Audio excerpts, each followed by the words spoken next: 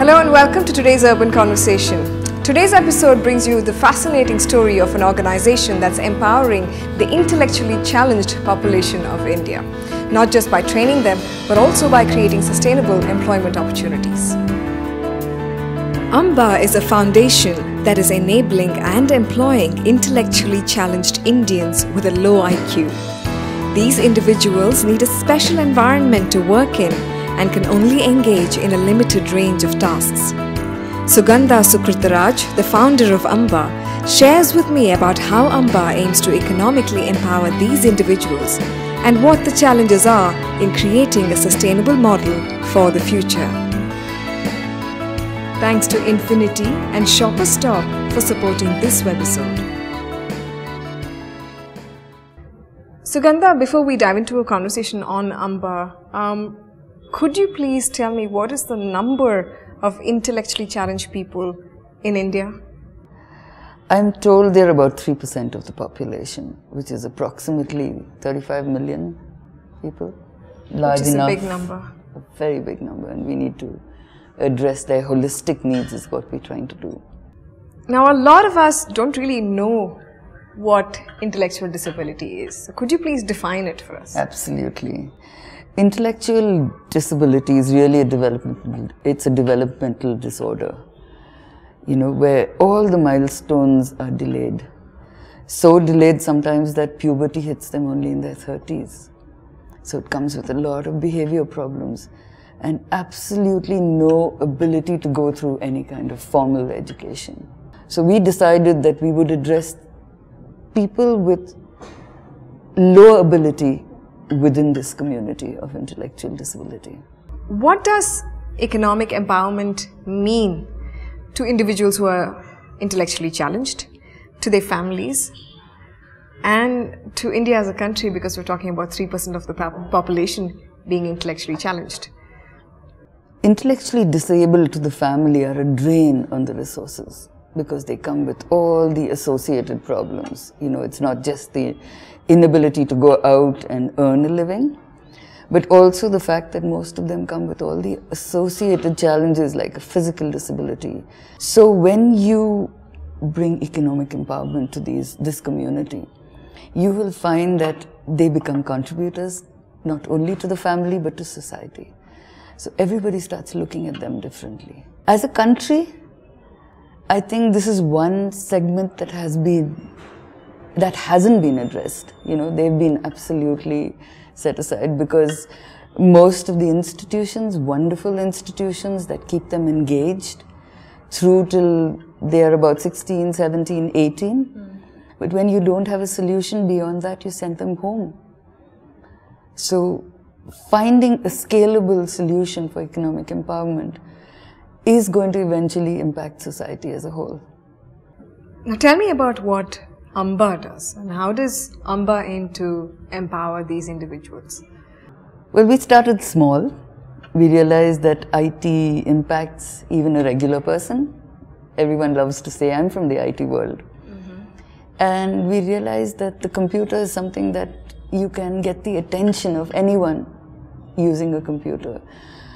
So what we have in place is a sustainable livelihood program for intellectually disabled with low IQ using the computer. So when they come to us, they have no knowledge of A, B or C. And probably when they go through the training and they finish training, they may still not be able to recognize an A, B or C, or any alphabet for that matter. But the visual functional process that we take them through using the computer as a tool enables them to do window data entry. Okay. And because of which we are able to bring in back office work and increase the degree of difficulty gradually till such time they can do effective, accurate back office work, keeping timelines. And one question there, how do you train people who are intellectually challenged? I mean, that's got to be a challenge in itself. It's an amazing question because you and I give away too much information. And you'll find that people with intellectual disability are in awe of us. Most of them come in, tripping over their chins with absolutely low self-esteem and so. So the entire program is peer-driven. Okay. Okay, at every phase it is peer-driven. When it comes to teaching an individual or when it comes to setting up a new center, you know, we have the peers driving the program at every phase.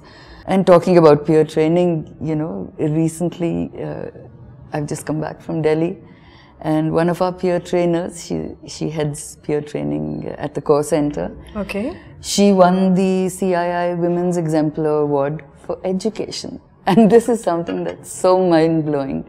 The sky's the limit for this. She herself is intellectually challenged? Yes, she has an IQ of about 51. It's an assessed IQ of 51. So, once you train these individuals who are intellectually challenged, you empower them with opportunities where they can work together, learn from each other and offer services. What kind of services are they able to offer under your guidance? And what is the kind of revenue that they might generate to sort of sustain, you know, even the mere act of coming to work and going back home, you know? When we first realized they could do data entry, you know, we were looking for a repetitive job that they could do because that's what they're good at. And we did get a break in the telecom industry.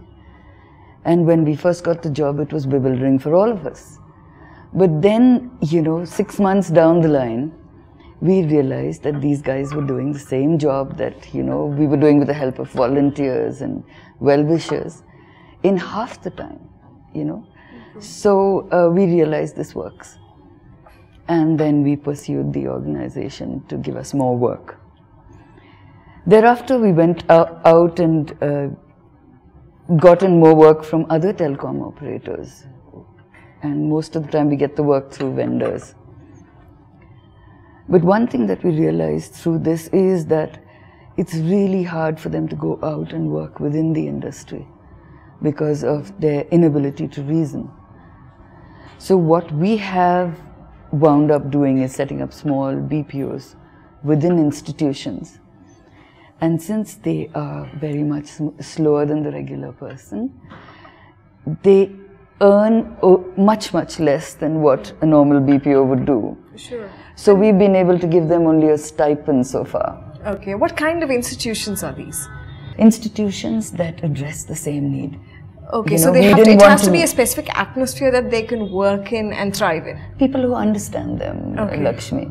It's really important that you have, you know, an atmosphere where people really know the disability. They know their limitations. So the best practice we felt was to go and collaborate with people who are already in the field. So you didn't have to reinvent the whole wheel. It's worked so well that in the last few years we've actually taken it to 9 states in India. Oh, wow. We've tested it out within 31 institutions. And I would believe that 25 of them have successfully taken training through to peers, using peers. So essentially, creating those opportunities via tie-ups with industries is important to continuing the training and continuing the work of empowering these individuals, right? Absolutely, because you need to bring in the work to match the growth that you make. Now tell me, in coming this far, 9 years on, what have been the biggest challenges? Denial has been one, denial within the family, denial within that the institutions is intellectually itself. Challenged. Yeah, no, that the intellectually challenged person with such low IQ can actually do back office work for companies using the computer, can actually do visual data entry. That is the denial. But the other aspect of it is getting work. It is also really hard. You know, the industry is used to mobilizing work to people with mainstream disability, like the physically disabled, the blind, people who cannot speak and hear. How are you funded? How difficult is it to find funding to support, you know, development of this training program, imparting the training, having enough space where these individuals can come and acquire the training or go through the training? And then for you to, you know, offer the services too. I mean, you need computers for this, you need desks for this, right? You need a safe atmosphere for them. So how does this all come about? Lakshmi, one of the first things that we realized was we did not want to in any way encourage charity. You know, and we knew we could sustain it by bringing in everything in kind. So from day one, we collaborated with people who were already addressing this need, used their infrastructure, used their trainers, and used the children that they had already trained who were adults now and for whom they had no solution, no economic empowerment solution for.